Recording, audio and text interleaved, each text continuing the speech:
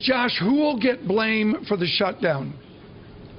Well, I think it's pretty likely Republicans will get blamed since they're the ones that are really forcing the issue. What's happening right now is the kind of epic shakeout effects of a civil war that's been going on within the Republican Party for a while, but it's especially intense since the 2012 election.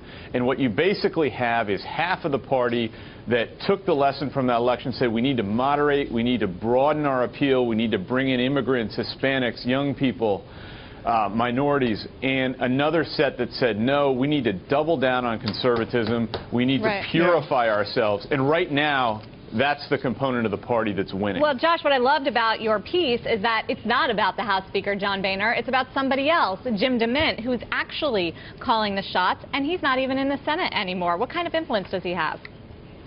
Well, DeMint left the Senate in January to go become the president of the Heritage Foundation, a conservative think tank that's probably the leader among a group of conservative organizations that have really been pushing this defund Obamacare effort. During August, when Congress was on recess, DeMint and Ted Cruz and a couple other people toured around the country whipping up grassroots conservatives to put pressure on GOP legislators to defund the law. And it's their unwillingness to back off that demand that's really going to force the government probably to shut down tonight. Well, so it's all his idea, Tom. Yeah, let's tour around the Budget Committee. Stan Collender with us with decades of experience looking at the minutia of Congress. Is the Budget Committee, is the Republican powerful committees of the House, are they Tea Party, Jim DeMint committees, or are they Boehner committees? Okay, first of all, let's stop. The committees in the House are not powerful. Period. End of story. Okay, all right. I did not know that. Yeah, I mean, they used to be when you and I grew up, but they're not now. This is a caucus situation, something way above the committees. Committees have done nothing all year. Right now, John Boehner is not in control of his own caucus. He's been slapped down so many times, so hard over the last 5 months on so many different issues that it's hard to see that he can negotiate. Matt Dowd, let me ask you the question that needs to be asking. Is he the Speaker of the House on Tuesday?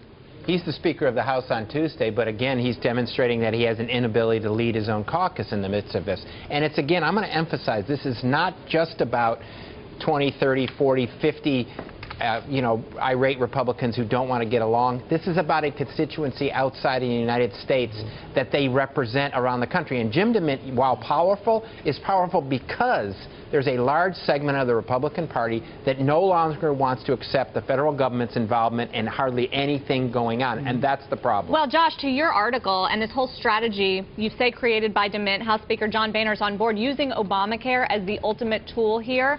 Is this strategy going to work? Do they really have the faith of the American people and the hatred of the American people for the president's health care legislation that they can be successful? What do they say about that? Well, if you look at polls, Obamacare itself is fairly unsuccessful. Most Americans disapprove of it. So DeMint and Heritage and these conservatives have that going for them. The problem is the American people, if you look at polls, don't want to shut down the government over Obamacare. So I think that Republicans forcing this issue are almost certain to lose.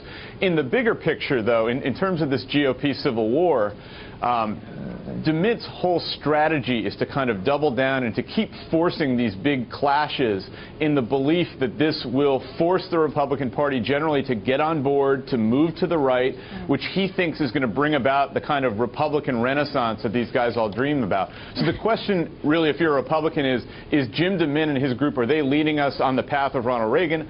Or are they leading us on the path of Barry Goldwater? Well, Ronald Reagan couldn't win a Republican primary today. Neither could Barry Goldwater. Yeah.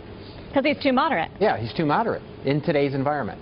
You know, I have a chart and I think that's the answer right there. I have a chart that shows congressional approval from 1995 to 1996, the last time there was a shutdown, and it includes the key points of the budget shutdown. And you can see that it declined certainly during the shutdown, but then recovered very quickly. My question is, where's the rest of the Republican leadership, the Paul Ryans, the Eric Cantors, just keeping their head down until this whole thing blows over? Well, Ryan's been AWOL. I mean, there's no doubt about it. He clearly doesn't want to be involved in getting here. And interestingly enough, if Boehner were to leave the speakership or be deposed... Right, is Ryan running for speaker? Well, he might. He has a choice between president, chairman of the Ways and Means, and speaker. That's one of those three is what he'd want. But the rest of the Republican leadership, Mitch McConnell, who's done budget negotiations in the past, has got a Tea Party challenger this time. And so he doesn't have the ability to negotiate.